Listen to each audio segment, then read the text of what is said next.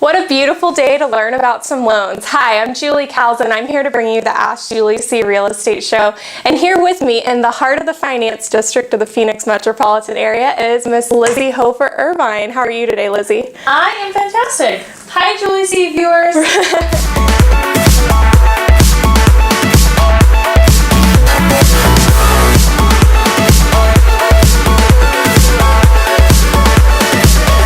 So if a client expects to go under contract in a certain time frame, how soon ahead of that time frame should they reach out for pre-qualification? This is kind of a loaded question because I tell different things to different people. But if you're concerned with anything that has to do with income or credit, or even assets, it's probably a good time to start 6 months before you actually, 6 months to a year before you actually anticipate moving. Because if there are any challenges, we want to address them before you actually need to move. Some credit plans can take up to a year, so that's probably something that the longest one. Other people have to save up down payment funds. Other people have, frequent job changes, or they change job or income payment types, right? So all of those things can have a factor in qualifying.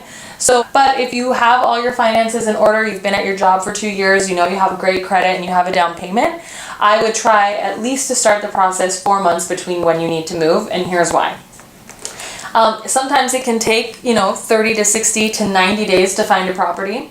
It takes 30 to 45 days to close, and that's pretty much 4 months if you've waited the entire time. Your lease isn't up until April, and you found a property in January, you could negotiate a 45-day to 60-day close of escrow. Now, if you need to be out of your property in April, right, we'd want to close in March so that you don't have duplicate, double payments. Get under contract in January, you'd have that long close of escrow. We would close in March for the loan period. You would skip April and you would start making payments in May. It really depends on, your timeline, but I'd say minimum 4 months before you need to move out. That was awesome. It led right into my next question, which was, how does that change as with creditworthiness or any uncertainty? So it worked out perfectly. What does locking in a rate actually entail? I know you mentioned that earlier in the process. When you first go under escrow, you lock in the rate. So how does somebody do that? And if they lock in the rate, can they relock it later if the market goes down? So locking in a rate is pretty tricky. And when I say that, it's because it involves a lot of timing. So a rate lock typically stays good for a set amount of period. So that period is 30 days, 45 days, 60 days, and 90 days if you're on a new build. Most lenders will maximize their lock periods at 60 days. And the reason that you would want to lock in is because you are worried, you just want to set in your payment terms. I wouldn't necessarily do it for a 60-day unless I was worried about market volatility. Now the trick is you can't always relock once you've locked in. Now I know that our company will, occasionally do what's called a float down if the market gets more than a quarter better than it is, when somebody locked it. But most companies have strict lock policies.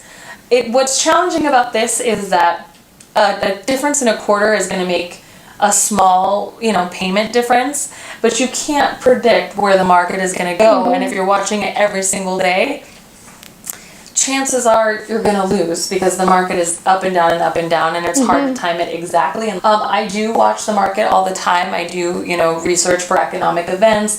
I am very knowledgeable on what might happen, but I also don't have a crystal ball, and I don't want to, miseducate anyone. So my rule of thumb is if you feel comfortable and you're happy with the payments, and, a fluctuation of $20 isn't going to make or break it, then I would lock in as soon as possible, because we've seen since the election has happened, the market's been up, it's been down, it's been up, it's been down, and you would hate to get a worse interest rate, right? Like, that's the worst feeling. Yeah. Okay, well, I'm sorry, we're going to have to end the interview right now because you didn't have a crystal ball, and I really thought you did. I was waiting for you to pull it out, and then we could tell them exactly what was going to happen. So, I don't know, I'm feeling a little gypped. Just kidding. Oh, no. So, Lizy, is there anything else that you feel people should know when they go into the home loan process and home buying? Yes. So if it was me, there are 3 things that I think that every homeowner should know. And I think it's you maintain an on-time payment history, address any and all collections that come to you in the mail.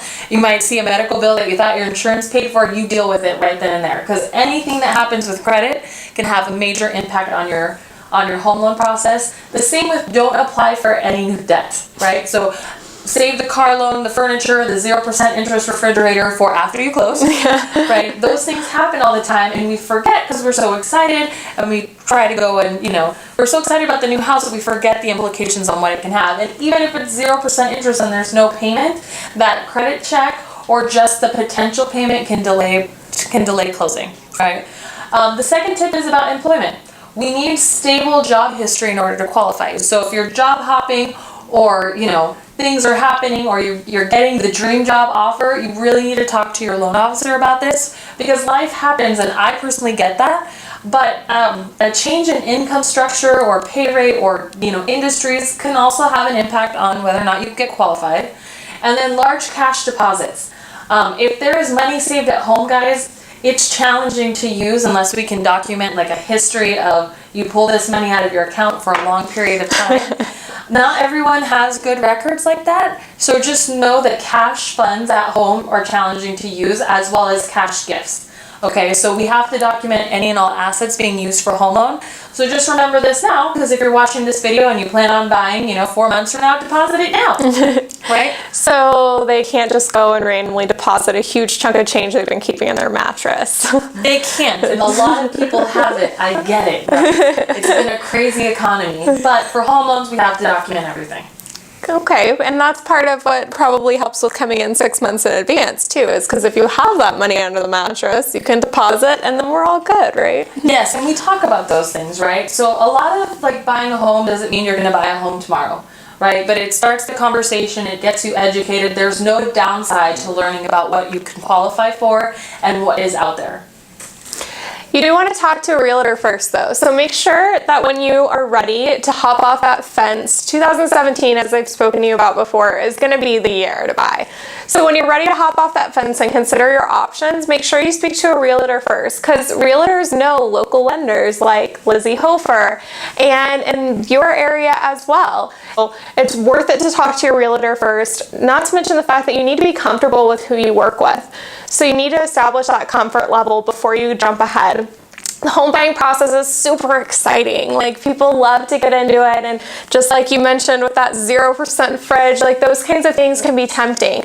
So when you have a team of people on your side, then it makes the whole process go much more smoothly for you, and it'll make you more comfortable throughout and overall make for a more well-rounded experience. Lizy, is there anything else you think we should add?